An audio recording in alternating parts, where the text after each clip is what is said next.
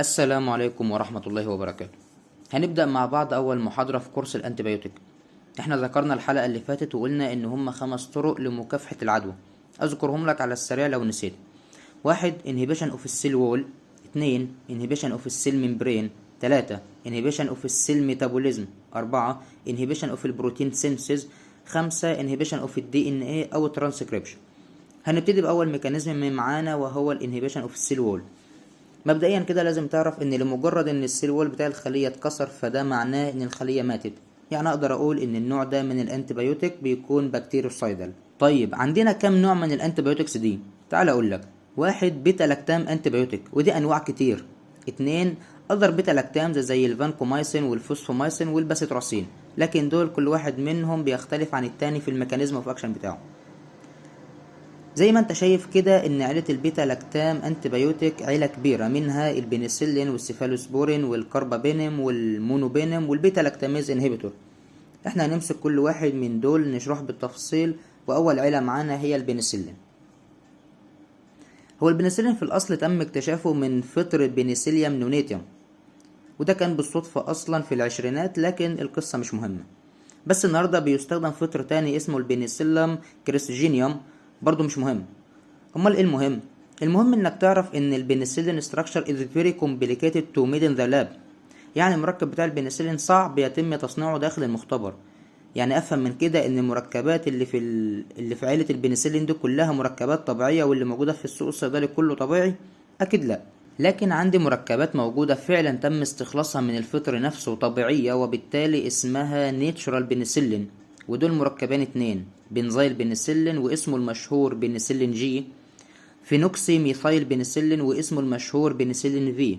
دول اول انواع البنسلين واسمهم نيتشورال بنسلين. عندي بقى انواع تانية سيمي سينثيتك بنسلين، من اسمها عرفت ان جزء منها طبيعي وجزء صناعي او تم عمل موديفيكيشن على الجزء الاساسي من المركب واللي اسمه 6 امينو بنسلينيك اسيد. يبقى اللي اقدر اقوله هنا ان الجزء الاهم في المركب بتاع عائلة البنسلين هو الجزء اللي انا ما اقدرش اصنعه او اغير فيه اي حاجة، وهو 6 امينو بنسلينيك اسيد. لكن زي ما قلت انا بعمل عليه موديفيكيشن، يعني بزود مجموعة معينة تظبط عملية البنتريشن او تظبط الفارماكوكاينيتيك والفارماكودايناميك. طب خلينا نفهم يعني ايه اصلا فارماكوكاينيتيك ويعني ايه فارماكودايناميك. باختصار شديد، الكاينيتيك بيشرح مسار الدواء داخل الجسم من اول ما يدخل سواء عن طريق الفم او الوريد حتى خروجه عن طريق الكلية او الكبد او غيره. يعني الدواء حينما يؤخذ عن طريق الفم يصبح مكانه في الجي تي، يعني الجهاز الهضمي. طيب انا عايز الدواء بتاعي يبقى في الدم، فبالتالي يجب ان الدواء يتعمل له absorption from الانتستينال layer to blood. طيب وصل الدواء الى الدم، هل انا عايزه يشتغل في الدم؟ اكيد لا، انا محتاج الدواء جوه التيشوز، يبقى لازم يتعمل له distribution from the blood to tissues. طيب هل الدواء بتاعي هيفضل العمر كله جوه الانسجه وجوه الجسم بتاعي؟ اكيد لا، كده هيعمل توكسيستي، يبقى لازم يخرج بره الجسم. بس قبل ما يخرج لازم يكون بيدوب في الميه عشان يعرف يخرج مع اليورين او الستول، فهيتعمل له حاجه اسمها ميتابوليزم، يعني هيتم التغيير في شكله بحيث يكون بيدوب في الماء اكتر وبالتالي يعرف يخرج بره الجسم.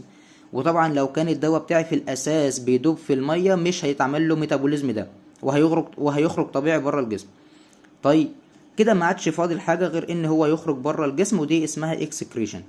يبقى دلوقتي لو قلت ايه العمليات اللي الجسم بيعملها في الدواء من اول ما يدخل الى خروجه، هتبقى بالترتيب التالي: absorption، distribution، metabolism، excretion. ولو خدنا اول حرف من كل كلمة هتبقى adme، ومعناها what does the body to do the drug، يعني الجسم عمل ايه في الدواء. امال الفارماكودايناميك يعني ايه؟ بالعقل كده انا عرفت ان هو تأثير الدواء على الجسم عكس الفارماكوكاينيتيك، او بمعنى اخر التأثير اللي انا اصلا مستنيه من الدواء effect on the target site. نرجع تاني لموضوعنا.